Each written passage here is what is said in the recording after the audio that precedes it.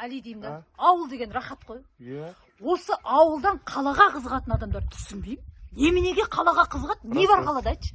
Ал мына ауылда қарашы, таза ауа бар, құрт майың бар, сүтің бар, сиырың бар, рахат қой. Фитнестің керек жоқ, бар ғой, фитнестің керек жоқ. Таңертең ерте тұрасың, малды шығарып саласың, одан балаларды шығарып саласың, одан кейін күйеуің шығарып саласың, одан балаларды күтіп аласың, одан күйеуің келеді, одан мал келеді, нан жабасың, сиыр сауасың, үй жинайсың, есіктен алып сыпырып. Рахат қой. Осы абысынға таңғалып, неменеге қалаға қалаға барамын деп еді. Тұра бермей ме әпедем үйде? Иә. Дұрыс.